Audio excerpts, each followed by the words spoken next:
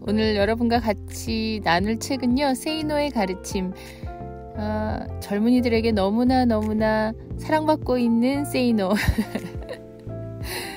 이분의 가르침을 통해서 많은 젊은이들이 깨달음을 얻고 그들 스스로 이 세이노의 가르침을 막 전파하고 막 나누고 막 그렇게 이 세이노의 가르침을 굉장히 좋아하고 또 따르고 이 세이노의 가르침에 그 자기 삶을 바꾼 이야기들이 굉장히 많이 있더라고요. 여러분과 함께 이 세이노의 가르침 책을 함께 나누면서 여러분에게도 좋은 시간 되셨으면 좋겠습니다. 필명 세이노는 현재까지 믿고 있는 것들에 대해 노라고 말하라, say no라는 뜻입니다. 23년 기준 순자산 1,000억 원대 자산가이신데요. 1955년생으로 의사의 장남으로 태어나 서너 살 유년기부터 아버지의 가르침을 받았다고 합니다. 아버지가 전 재산을 사기로 모두 날린 후 사망하면서 친부모를 모두 여의고 고교 시절부터 생활고에 크게 시달렸던 그는 고교 3학년 때 건강과 가난 때문에 휴학하고 친구 아버님과 친구들의 투자를 받아 사업을 했지만 실패 후에 복학하여 고교를 4년 만에 졸업하고 입대를 했습니다. 공군 사병으로 복무하는 동안 군부대 부동산 관리 업무와 도서관 관장을 맡았고 제대 후 영어 공부에 몰두하여 미 8군 내 메릴랜드 대학 분교에 입학하였습니다. 학비를 벌고자 보따리 장사부터 시작해서 가외 입시 영어학원, 번역업 등을 했습니다. 결혼 후에는 거의 10여 년 이상 쉬는 날 없이 밤늦도록 일과 공부에 몰두하면서 의류업, 정보처리, 컴퓨터, 음향기기 유통업, 무역업 등으로 자산을 모으기 시작했고 그 자산을 외환투자, 부동산 경매 주식 등으로 증대시켰고 학연, 지연, 혈연, 정치적 배경 없이 홀로 현재의 자산을 이룩한 분입니다. 세계적인 다국적 기업의 아시아 지역 부사장직도 겸임하였고 사업상 70여 개국을 여행했으며 국내에서 경영하였던 회사들은 수출 탑과 산업 훈장을 받았고 인재 경영 대상 후보로 오르기도 했습니다. 2003년부터 사업을 줄여왔고 광범위한 독서, 음악, 영화 감상을 즐겨오고 계신데요. 가장 좋아하는 것은 문제를 해결하는 것, 사람을 가르치고 깨우치는 것이고요. 가장 싫어하는 것은 접대 술자리, 기업 정치가들, 부자인 척하는 사람들의 블러핑이라고 합니다. 매년 10억 원대의 소득세를 2000년까지 5년 이상 세이노 개인이 납부하였고 2001년부터는 가족 단위로 납부하고 있다고 합니다. 세이노의 가르침 중에서 앞길이 보이지 않을 때 여러분과 함께 나누겠습니다. 앞길이 보이지 않을 때 2022 삶이 그대를 속이면 분노하라. 1948년 가난한 어촌에서 엿장수의 딸로 태어나 가발공장, 식당 등에서 일하였고 총으로 쏴 죽이고 싶을 정도로 폭력이 심한 남편을 피해 단돈 $100를 갖고 미국으로 식모살이를 떠난 여자. 미국에서는 식당에서 일하며 대학을 다녔고 76년 미 육군에 들어가 소령으로 예편 50세가 넘은 나이에 하버드 박사과정에 다니는 여자 서진규.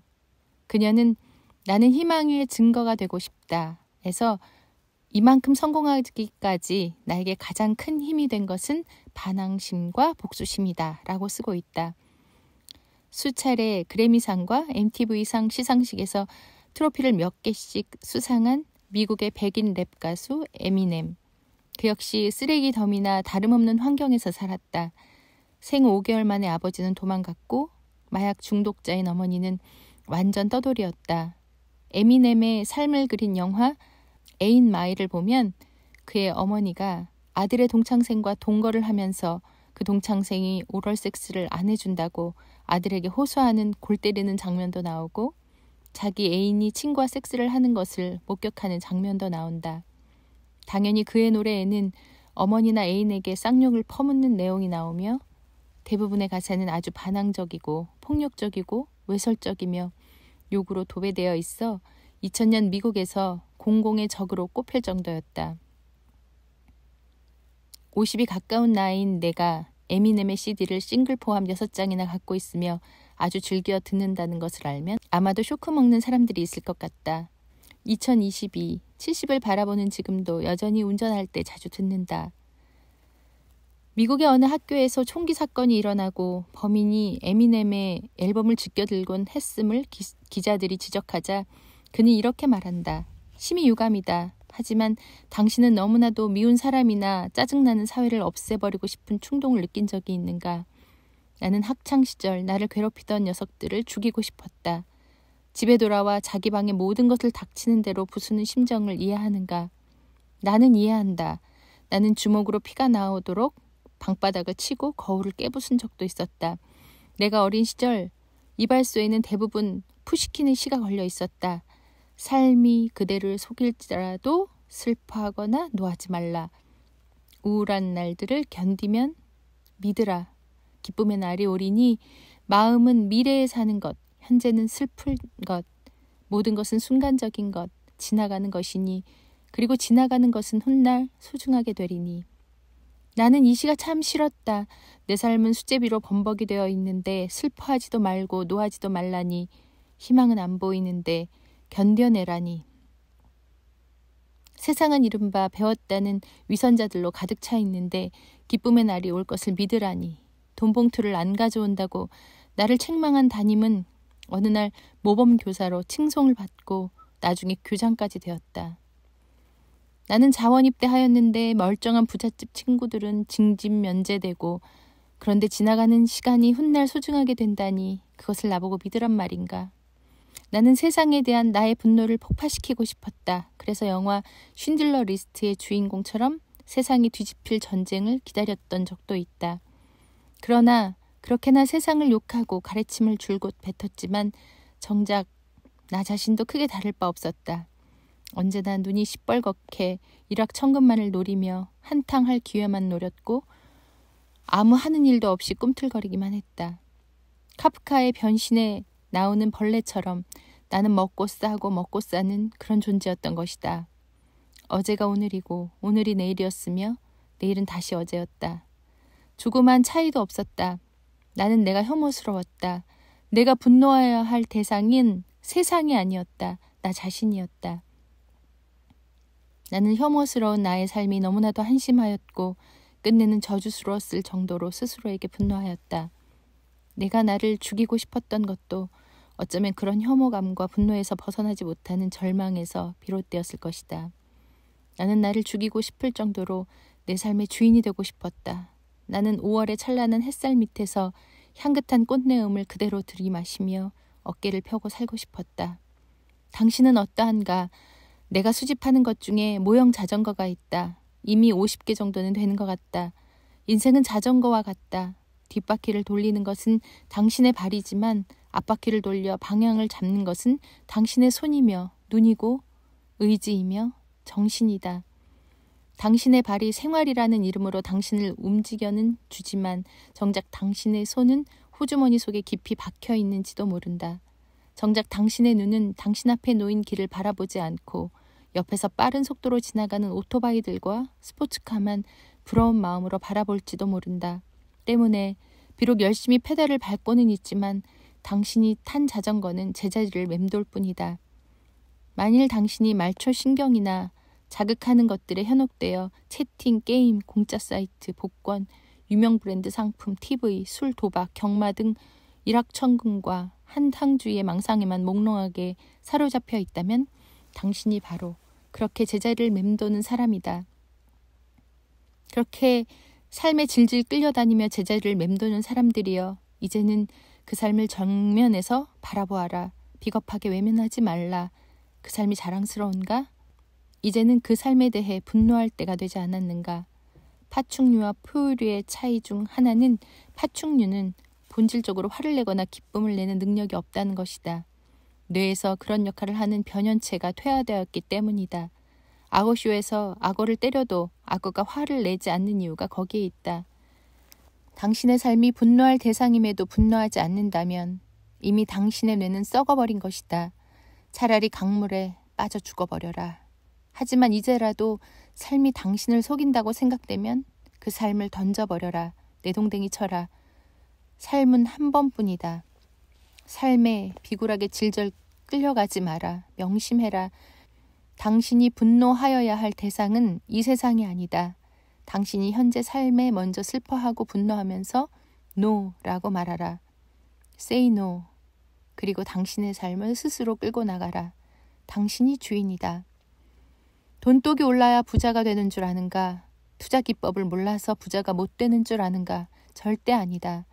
일확천금의 기회가 있다고 생각하는가? 꿈 깨라. 쇠고랑을 찰 기회만 있을 뿐이다.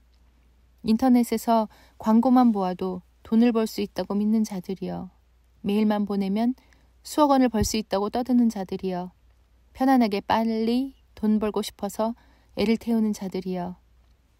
평생 가난의 괴로운 숯불이 이마 위에 올려지는 저주를 받을 것이다. 나는 그대들이 한시라도 빨리 그 황된 몽상에서 깨어나길 바란다. 피와 땀과 눈물과 시간 없이 무엇을 얻겠다는 것인가. 그럼에도 불구하고 사람들은 그저 물만 부으면 되는 컵라면 같은 순간적인 인스턴트 재테크 지식만 찾는다. 자기가 부자가 되지 못하는 이유가 어떤 투자 기법을 모르기 때문인 것으로 생각하거나 이제에 밟지 못한 때문으로 치부해버린다. 웃기는 소리 하지 말라. 당신 생각대로라면 이른바 재테크 전문가라는 사람들이 모두 부자여야 하는데 그들의 평균 재산은 다른 직장인들과 크게 다르지 않다. 물론 나에게서 실전 투자 기법을 배우면 돈을 더 벌 수도 있을 것이다.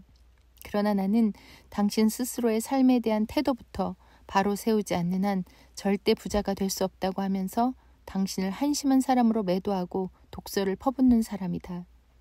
자기 삶의 노예가 되어 자기 생활과 시간을 통제하지 못하는 사람이 어떻게 돈의 주인이 될 수 있단 말인가. 현재의 삶이 절망스럽고 괴롭고 암흑에 쌓여있는 것 같이 보이는가? 그렇다면 이제 분노하라. 분노를 느끼는 사람만이 닫힌 문을 세게 쾅쾅쾅 두드릴 수 있다. 용수철처럼 그 자리를 박차고 나와 당신의 삶을 이 거친 세상에서 우뚝 홀로 세울 수 있도록 시간을 소중히 여기고 피 튀기듯 노력하라. 그리고 이제는 자전거 손잡이를 제대로 잡고 정면을 바라보고 페달을 밟아라. 그렇게 하기 시작할 때 당신은 당신 삶의 주인이 되는 것이며 그때 비로소 돈이 당신의 노예가 되어 당신을 섬기게 되는 것이다. 인생 역전은 당신 스스로 현재의 삶에 분노하여 그 삶을 뒤집어 버릴 때 이루어지는 것이지 수백억짜리 복권에 이번에는 내가 당첨될지도 모른다는 달콤한 상상으로 이루어지는 것이 아니란 말이다. 그러므로 이제 송순태 시인의 지우개를 인용하여 말한다면 굳은 것이라고 다 불변의 것은 아니며 출렁인다고 해서 다 부질없는 것도 아님을 깨닫고 굳은 땅에서 패이고 갈라진 것들과 슬픔을 허물어진 상처들로 가득 찬 잘못 살아온 세월을 지우고 다시 출발하고 싶은 세월을 시작하여라. 종종 자기 혐오에 빠져 죽고 싶다고 말하는 독자 메일을 받는다. 고통 없이 죽는 방법을 물어보는 독자들도 있다. 이런 독자들에게 언제나 이렇게 답장하곤 하였다.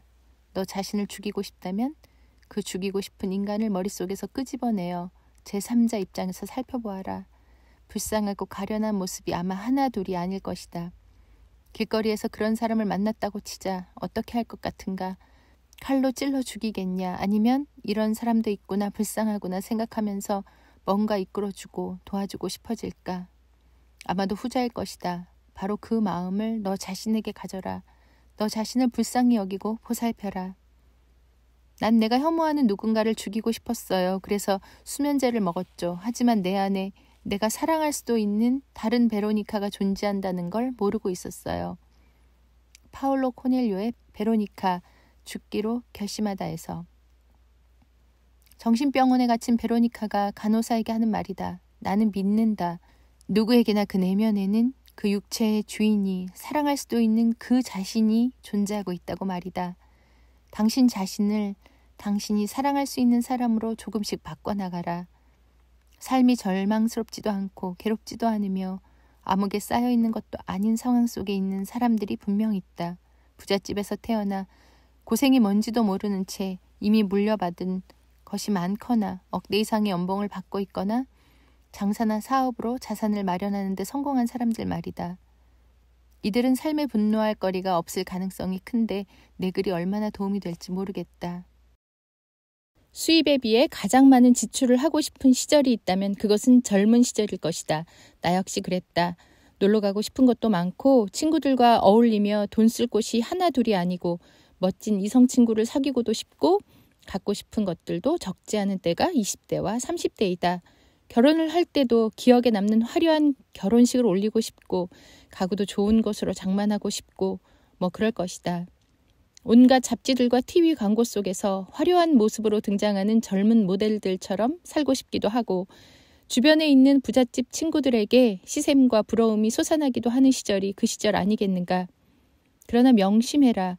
당신이 돈 많은 부잣집에서 태어나지 않았다면 수입에 비해서 가장 많은 저축을 가장 악착같이 하여야 할 때가 바로 그 시절이다. 20대와 30대 시절에 자신의 라이프 스타일을 소화하기 위하여서건 취미를 위하여서건 그 어떤 명분으로 사용하는 돈이건 간에 그 돈이 모여 적절하게 투자될 경우 10년 후에는 그 수익금만으로도 같은 행위를 할 수 있다. 20대와 30대에 모은 1억 원이 40대에 가서는 10억 원이 되어 그 수익금이 1억이 될 수도 있다는 말이다. 하지만 20대와 30대에 소비한 1억 원은 40대에 가서 그저 사진첩 몇 권 정도와 추억으로 남을 것이다. 게다가 30대에 1억 원을 모으는 데 들어가는 노력은 40대에 1억 원을 모으는 데 들어가게 될 어려움의 절반도 되지 않는다. 나이가 들면 들수록 돈 쓸 것이 늘어나기 때문이다. 하지만 수많은 젊은이들은 지출을 줄이는 대신 쉽게 떼돈을 벌어 자신의 욕구를 더더욱 충족시킬 수 있을 것으로 여기면서 주식이나 다단계의 미혹에 빠져든다. 내가 독자들에게 받는 메일들 중 정말 대책이 안 서는 경우가 바로 그렇게 해서 빚을 많이 지게 되는 사람들이다. 솔직히 말해 나는 그런 사람들은 고통을 받아도 싸다고 믿는다. 누군가의 수술비 때문에 빚을 지게 된 것이 아니라면 말이다. 그 빚이 가족의 잘못으로 인한 경우는 어느 정도만 안타깝게 여기며 친구나 타인의 잘못으로 인하여 빚이 생긴 경우는 조금만 안타깝게 여긴다. 본인의 잘못도 있다고 생각되기 때문이다. 어쨌든 빚이 있는 경우 재테크 투자에 대한 공부는 언제나 무모함을 저지르게 되기 때문에 내가 그런 사람들에게 주는 조언은 오직 한 가지. 재테크에 대한 공부는 깡그리 잊어버리고 거지처럼 살면서 빚부터 갚으라는 것뿐이다. 물론 여기서 갈등이 생겨나게 된다. 찬란한 젊은 날들의 그 아까운 청춘을 돈을 모으는 데만 집중하며 살다가 즐길 수 있는 시간 다 지나간 뒤 죽기 직전에 부자가 되면 무엇하겠는가. 아무리 돈이 많아도 늙으면 그 무슨 소용이 있겠는가. 돈 때문에 바둥거리며 젊은 시절 다 보내고 병이라도 걸리면 누가 그 시절을 보상하여 준단 말인가. 맞는 말이다. 하지만 찬란한 젊음이라는 것을 제 딴에는 찬란하게 보내면 보낼수록 중년 이후에는 처진 어깨를 감수하여야 할 것이다. 젊었을 때 신나게 노는데 돈을 다 써버리고 늙어서 돈도 없이 비참하게 되는 경우는 왜 생각하지 못한다는 말인가. 조화와 균형이 필요하다고? 그렇게 조화와 균형을 부르짖으며 젊음을 보냈던 부자가 단 한 명이라도 있다면 내게 데리고 와봐라. 젊음을 즐기면서도 부자가 되려는 것은 서로 다른 방향으로 뛰어가는 두 마리 토끼를 한 번에 다 잡으려는 헛된 꿈에 지나지 않는다.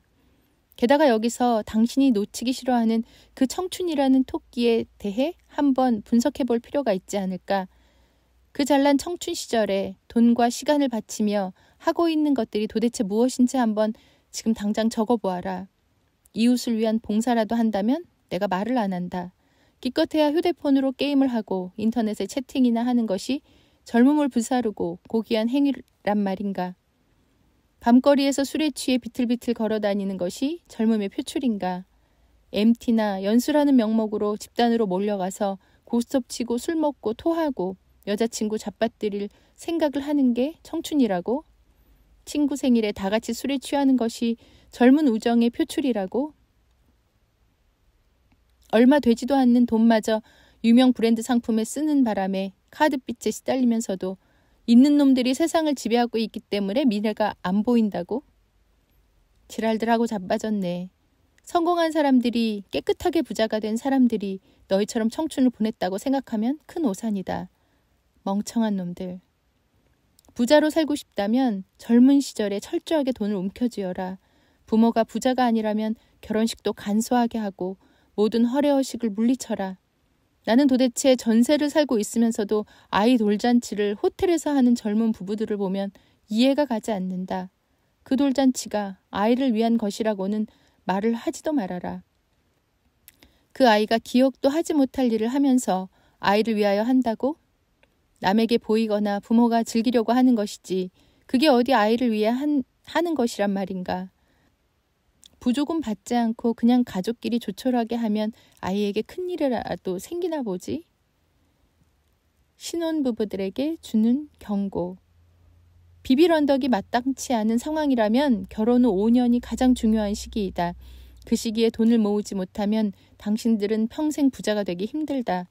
혼인 비용을 최대로 줄이고 현금을 보유해라. 가구도 가장 싼 것으로 장만하고 그 어떤 것이건 간에 중고 물품도 고려하여 보라. 호사스러운 혼수품도 5년 후면 고물이 된다는 것을 명심해라.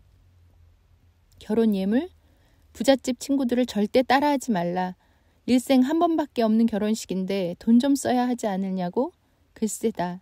그렇게 시작한 부부들 3-4쌍 중 1쌍은 이혼하며 대다수는 평생 돈 걱정하면서 살게 된다는 것을 기억하여라.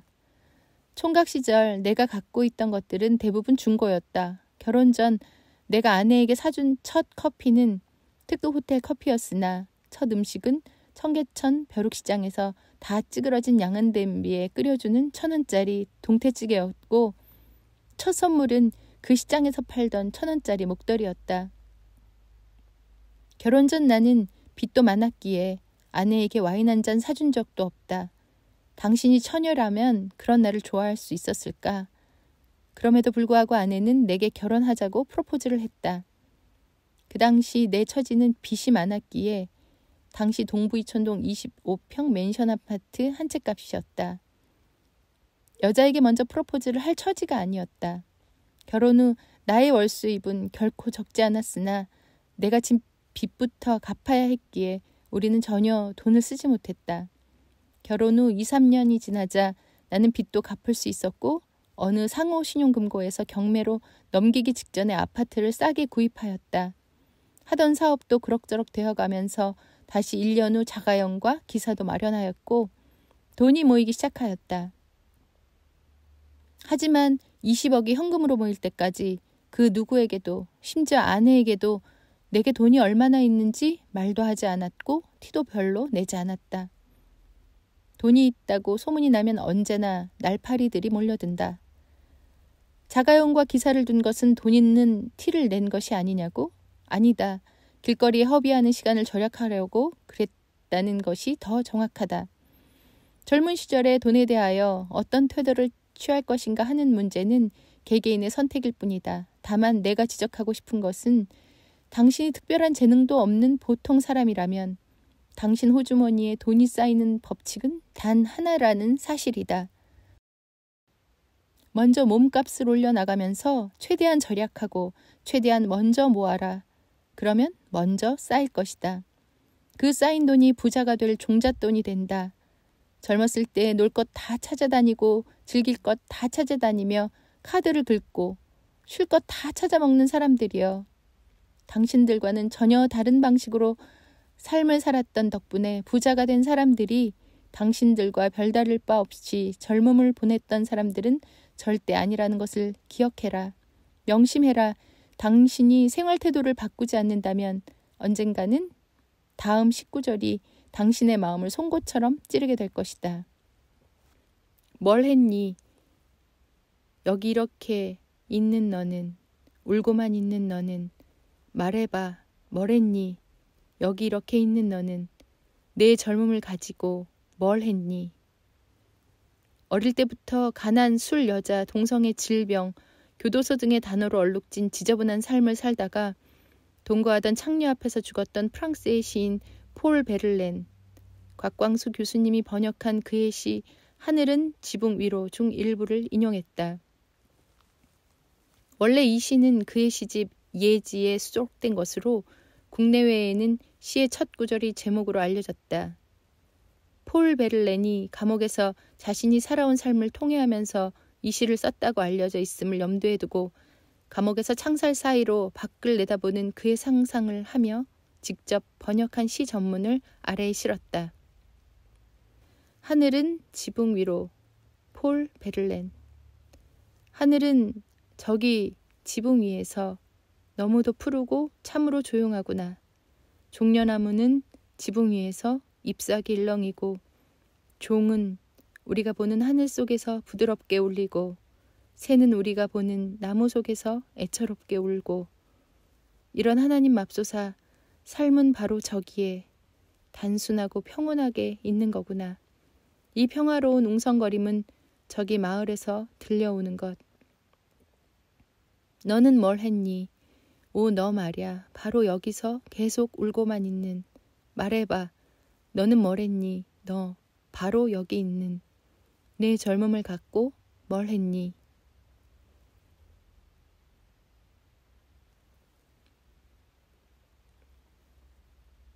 이 생망. 이번 생은 망했다. 정말 그럴까?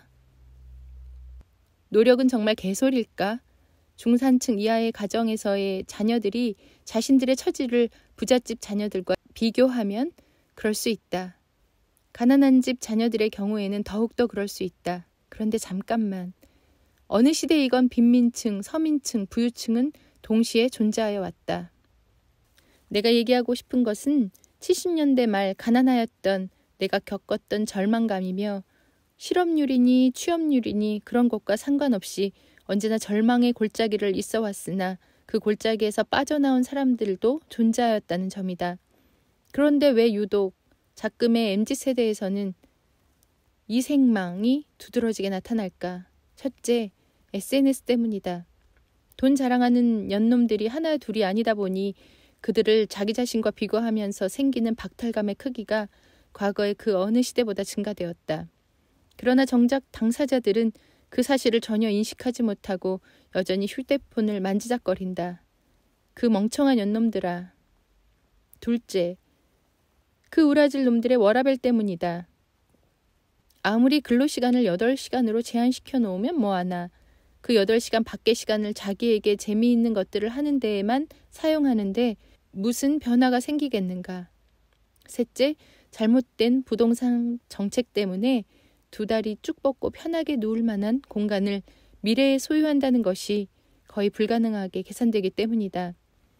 내 나이 30에서 50대 시절 부동산 값이 뛰면 돈 벌었다고 좋아하기보다는 집 없는 직원들 때문에 걱정이 되곤 했다. 개인적으로 나는 주택으로 돈을 벌 생각은 전혀 없었고 집값이 오르면 갖고 있던 집 팔아봤자 크기를 줄이거나 외곽으로 가지 않는 한 새로 이사 가려는 집도 다 같이 가격이 올랐으므로 자산 증식의 의미가 전혀 없다고 생각해왔고 지금도 그렇다. 문제는 직원들인데 내가 주는 보수로 알뜰살뜰 집을 마련할 수 있어야 하는데 그렇게 하는 게 어려워질수록 결국 직원들은 우울해질 것이고 일하는 게 재미가 있겠는가. 그런데 말이다. 부동산은 코스톨라니가 말하듯이 사이클을 탄다. 상승기가 있으면 하강기가 있다는 말이다. 10년 주기설도 있지 않은가. 이미 2022년 하반기부터 부동산 시장은 하향 곡선을 그리고 있다. 또한 거주 공간에 대해 남들과 비교하지 말아라. 20대 중반에 나는 약수동 언덕 위로 한참 올라가야 하는 개인주택의 차고를 월세 몇만 원에 빌려서 약 4년 동안 그곳에서 살았다. 서울 중구 신당동인데 현재는 94년에 세워진 작은 연립주택이 있다. 그 4년 동안 내가 이 생망을 얘기하고 있었을까? 나는 내 몸을 편히 누울 수 있고 책을 읽을 수 있고 음악을 들을 수 있는 공간이라면 아무리 교통이 불편하고 작고 허름하여도 행복하였다. 정말이다. 처지에 맞는 공간을 찾아라. 물론 내 말이 라떼로 들리기도 할 것이다. 당신이 그곳에서 살았다고 해서 나도 그렇게 살아야 해? 라고 말이다. 내 대답은 그렇다. 개뿔도 내세울 것이 없다면 당연한 거지 수준으로 살면서 시간을 아끼고 능력을 키워나가며 돈을 모아야 한다. 그래야 가난에서 탈출할 수 있다. 지금 그렇게 살기는 싫다고? 그렇다면 평생 그 모양 그 꼴로 계속 살아라. 차고를 빌렸을 때 해결해야만 하는 문제가 많았다. 벽 세면 천장, 바닥은 모두 콘크리트인 데다가 벽 한쪽은 철제 셔터가 내려오는 것이었다. 전기와 물도 나오지 않았다. 쪽문을 만들 만한 구멍은 뚫려 있었으나 문은 달려있지 않던 그 차고를 있는 그대로 빌리는 조건이었기에 주거 공간 비슷하게라도 만드는 것은 내 몫이었다. 돈이 너무 없던 터라 결국 내가 모든 것을 직접 해야 했다. 시멘트로 마감된 곳들에 스티로폼 판넬을 전용 접착제로 붙이려고 했으나 시멘트 벽에 습기가 많아 실패하였고 스티로폼 판 4개 모퉁이에 시멘트 못을 하나씩 받고 실로 연결하여 그 위에 도배를 했다. 셔터 쪽에는 스티로폼에 포장용 면 테이프를 군데군데 붙이고 바느질을 하여 떨어지지 않게 한 뒤 면 테이프에 돼지표 본드를 발라 철제 셔터에 붙였다. 바닥에는 스티로폼 판을 깐 뒤 비닐 장판을 덮었다. 물은 주인집 화장실을 이용할 때마다 받아왔다. 전기는 주인집에서 사용하지 않는 정원등에서 CD관을 이용해 전선을 끌어들여 콘센트를 연결했는데 처음 해본 작업이었다. 취사도구는 전기골로였다. 설거지물은 외부로 흘려보내야 했는데 셔터 및 공간으로 PVC 파이프를 통해 언덕길에 흘러가게 하다 보니 라면가락이 함께 나가기도 하여 싫은 소리도 종종 들었다. 겨울이 되자 너무 추웠기에 친구 집에서 버리는 소파를 얻어와 그 위에 전기장판을 깔고 잤다. 비가 많이 오면 셔터 밑으로 물이 흘러들어와 셔터 외부 바닥에 시멘트로 둔덕을 만들었지만 언제나 바닥은 눅눅했다. 경첩을 이용하여 판자 하나를 벽에 붙이고 개목걸이 사슬을 이용하여 책상 역할을 하게 했는데 이걸로도 학교 공부와 번역 작업을 하는데 충분했다. 작은 중고 냉장고 위에는 전기골로를 올려놓았고 오래된 중고 음향기기도 설치했다. 시간을 금쪽같이 사용하여야 했기에 친구들이 불쑥 술병을 들고 나타나 잡담이나 하다 가는 것을 막고자 벽에 3분 이상 잡담을 하려면 집으로 돌아가라고 크게 써놓았다. 내 처지를 친구들과 비교한다거나 주변을 의식하는 마음 같은 것은 처음부터 갖고 있지 않았다. 어느 날 골로 위에 후라이팬을 올려놓고 뭔가 볶은 후 종이로 덮었는데 다음날 먹으려고 살펴보니 그 안에서 아주 작은 새끼 쥐가 놀고 있었다. 차고에서 4년째 살고 있을 때 한 번은 동태찌개가 먹고 싶어서 약수시장에서 동태를 사왔다. 뚜껑이 밀폐되는 스테인리스 김치통에 찌개 재료와 동태를 함께 넣고 골로 위에 올려놓은 후 번역에 몰두하던 중 한두 시간 이상 지났을 때쯤이었다. 김치통을 바닥에 놓고 밀폐장치 3개 중 2개를 풀었을 때 내부 압력 때문에 펑 하면서 뚜껑이 날아가더니 뜨거운 동태찌개 국물이 내 얼굴은 물론이고 차고 내부 전체에 뿌려졌다. 그때 그동안 살면서 억누르고 있던 눈물이 저절로 계속 쏟아졌다. 그전에도 울었던 적은 있었다. 메릴랜드 대학교 분교에서 정말 무식할 정도로 공부를 열심히 했음에도 한 과목에서 B를 받자 너무나도 실망하여 바지에 똥까지 쌀 정도로 술을 처먹고 울었던 것이다. 동태찌개로 울었던 때는 이미 공부 방식을 바꿔 성적을 A로 도배하여 가외와 번역 등으로 얻는 수입을 악착같이 모으고 있던 시기였다. 나는 동태찌개 냄새가 온몸에서 진동하던 나 자신에게 그만 울어라 위로하였다. 나를 위로하고 이끌어 나가야 할 사람은 나뿐이었으니까. 시간이 몇 년 지난 뒤 아내를 만나게 됐을 때 내가 아내에게 사준 첫 음식은 바로 양은 냄비에 끓인 동태찌개였다. 차고에 살고 있던 내가 스스로를 이끌어 지금 시점에 이르렀듯이 크고 작은 삶의 변화를 이뤄냈다는 독자들의 연락이 종종 온다. 카드빚을 갚고자 공사장에서 막노동을 하면서도 보상의 수레바퀴는 천천히 돈다라는 말을 되뇌이며 일하여 인력사무소 지명도 1순위에 올랐다던 독자가 떠오른다. 약 15년 후인 현재 그는 연매출 7, 8억 원대, 영업이익 수십억 원대의 회사의 대표가 되었다.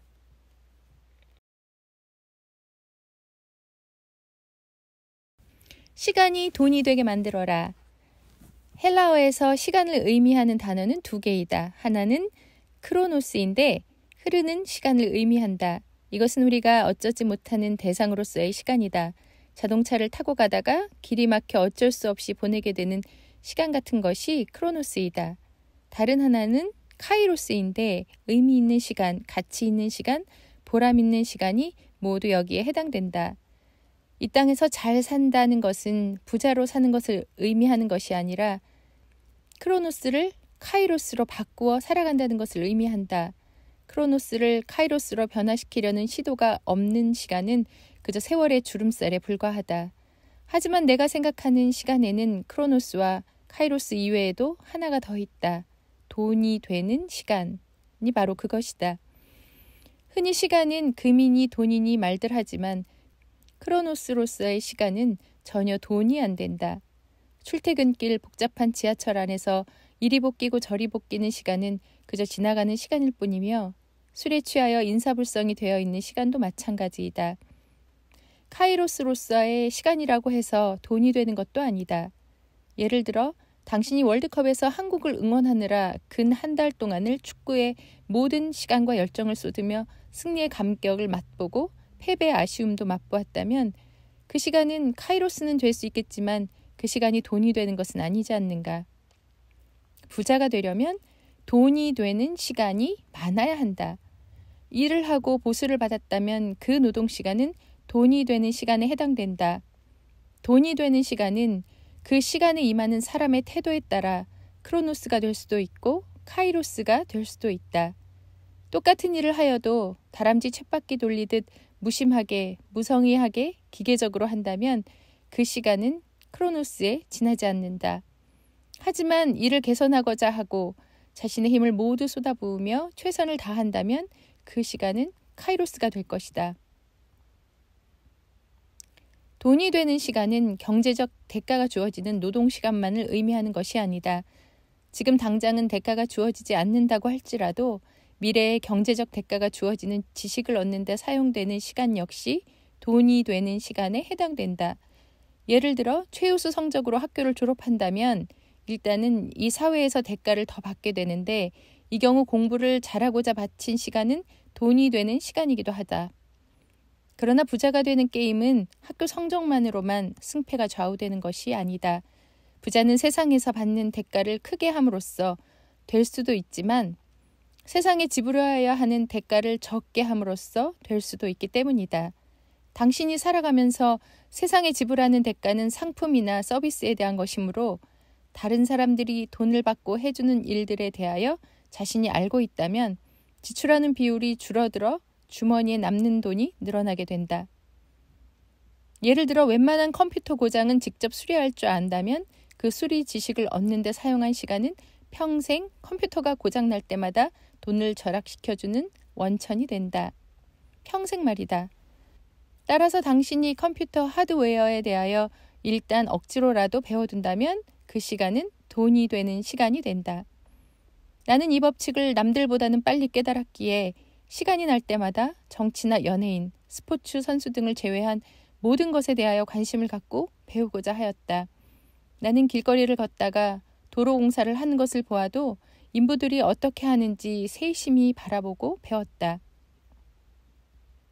직접 눈으로 볼 기회가 없는 것들은 모두 책을 통해 감을 잡고 배워나갔다. 그렇게 하는 시간이 바로 돈이 되는 시간이다. 사업 초기에는 하다못해 복사기가 고장났을 때마다 서비스 수수료 몇만 원 나가는 것이 아까워서 AS맨이 올 때마다 그가 어떻게 하는지를 옆에서 지켜보고는 나중에 수십 번 이상 내가 직접 고친 적도 있다.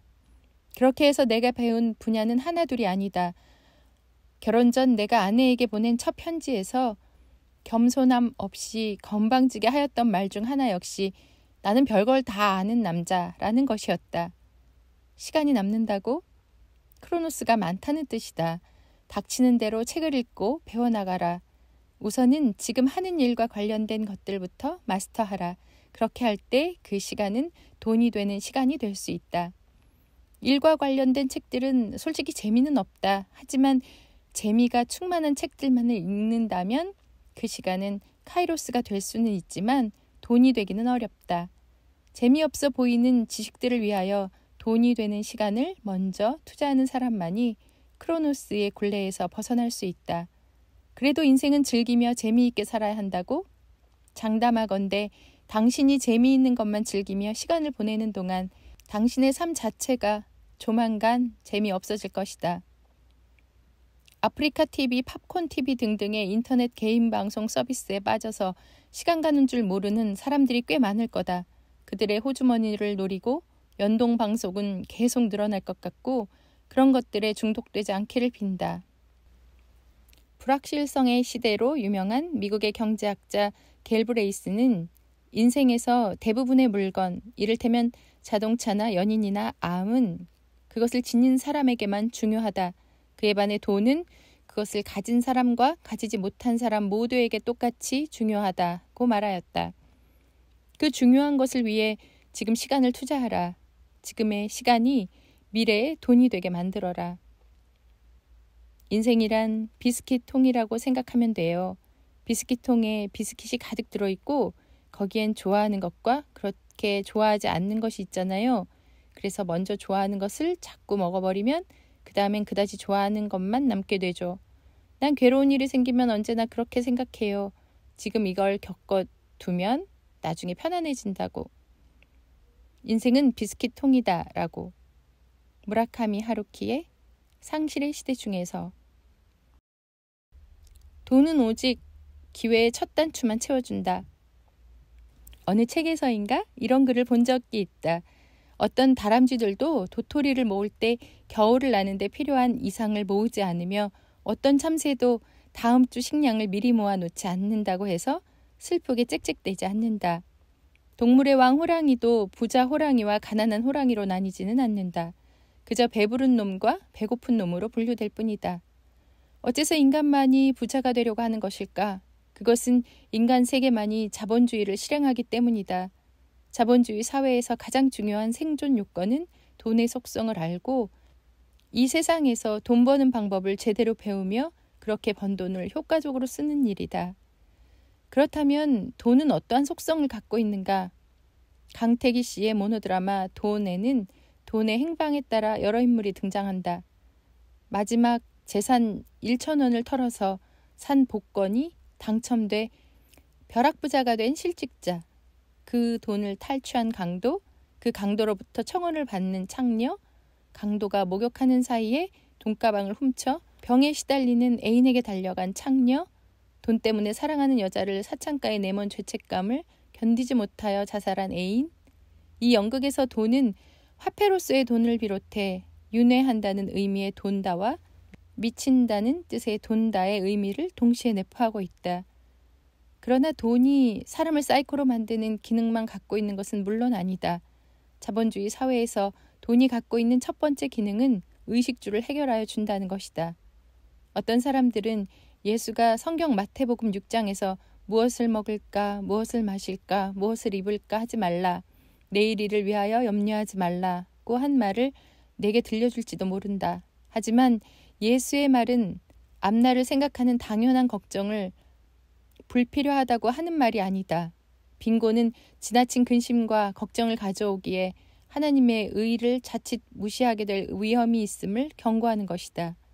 삶에 필요한 일들을 스스로 감당하고 하나님의 섭리에 맡기게 되면 하나님이 공중의 새와 들의 꽃을 보호하듯 보살펴 주실 것이라는 의미이지 그냥 놀고 있어도 의식주가 저절로 해결된다는 의미가 아니라는 말이다. 불교에선 어떨까? 부처는 초기 불전인 선생경에서 자본주의적 가치를 상당히 구체적으로 장려하고 있다. 마땅히 먼저 기회를 익히라. 그래야만 재물을 얻으리라. 재물을 얻어 이미 부족하거든 마땅히 스스로 지켜 보호하라고 하기도 하고 밭 깔고 장사하며 목장 만들어 짐승 먹이고 생업에 부지런히 전념하라고 당부한다. 남편은 아내에게 의식주를 걱정하지 않게 하고 장신구를 사줄 수 있어야 한다고까지 말한다. 자바 함경에서 남편은 아내에게 생활비를 주어야 하고 아내는 재산관리를 잘해야 한다는 의무가 명시된다. 내가 예수와 부처까지 인용하는 이유는 어설픈 종교적 사고로 돈 자체를 터부시하지는 말라는 뜻이다. 자본주의 사회에서 돈의 두 번째 기능은 돈이 있으면 안심이 된다는 사실에 있다. 돈이 있다고 반드시 행복해지는 것은 아니라고 할지라도 일단 통장에 돈이 넉넉히 있다면 안심이 되고 걱정거리도 웬만큼은 줄일 수 있지 않은가. 병에 걸렸을 때 불치병이 아니라면 돈으로 치료를 받을 수 있다. 실수로 사람을 죽였어도 돈이 있으면 그 가족에게 위자료를 주고 합의서를 받아내서 형량을 적게 받을 수도 있다. 돈의 세 번째 기능은 기회를 만들 수도 있다는 사실이다. 오헨리의 단편 가운데 황금의 신과 사랑의 사수라는 것이 있다. 오헨리는 전직 은행원이었으나 공금 횡령으로 인해 감옥에 있는 도중 소설을 쓰기 시작해 결국 유명해졌다. 그런 그였기에 당연히 돈에 대한 생각도 소설로 표현했던 것이다. 그 줄거리를 살펴보자. 돈 많은 아버지를 무척이나 경멸하는 아들은 짝사랑하는 여자에게 아직 말도 한번 건네지 못했다. 어느 날 아들은 연극을 구경하기 위해 기차역에 도착한 그녀를 극장까지 마차로 안내하는 역을 맡게 된다. 그러나 그 시간은 고작 7, 8분? 그의 돈이면 무엇이든 살 수 있다는 아버지에게 그 사실을 말하고 돈으로 어떻게 사랑을 얻느냐고 푸념한다. 드디어 날짜가 되어 역으로 간 그는 두근거리는 마음으로 그녀에게 인사하고 마차로 안내한다. 극장을 향해 마차가 달리던 중 아들이 갑자기 당황해하며 마차를 멈춘다. 어머니의 유품인 반지를 떨어뜨린 것. 그는 마차 밖으로 나가 1분도 안 되어 반지를 찾아가지고 돌아왔고 다시 마차는 출발하였다. 그러나 그 1분 사이에 다른 차들이 길을 막아버렸고 넓은 광장이 수많은 진마차, 승용차, 짐차 등으로 인해 온통 아수라장이 되어가고 있었다. 물론 그들이 탄 마차는 꼼짝할 수 없는 처지가 되고 말았다. 결국 두 사람은 자연스럽게 여러 가지 얘기를 하게 되고 아들은 사랑을 고백하며 여자도 그 사랑을 받아들인다. 다음날 웬 사내가 아버지를 방문하여 돈이 생각보다 더 들어갔다고 보고한다. 그는 아버지의 지시를 받고 아들의 마차가 지나갈 시각에 도시의 모든 탈 것들을 동원하여 길을 막아버려 두 사람이 이야기할 시간을 넉넉하게 만들어준 사람이었다. 자, 오헨리가 이 소설에서 말하려고 한 것은 돈이면 사랑도 만들 수 있다는 생각이었을까? 아닌 것 같다. 돈으로 사랑을 시작할 수 있는 기회를 만들 수는 있지만 반지가 마차에서 굴러떨어지고 그것을 찾느라고 1분을 소비하는 바람에 타이밍이 맞았듯이 신의 어떤 도움이 있어야 한다. 즉, 운도 따라야 한다는 말이다.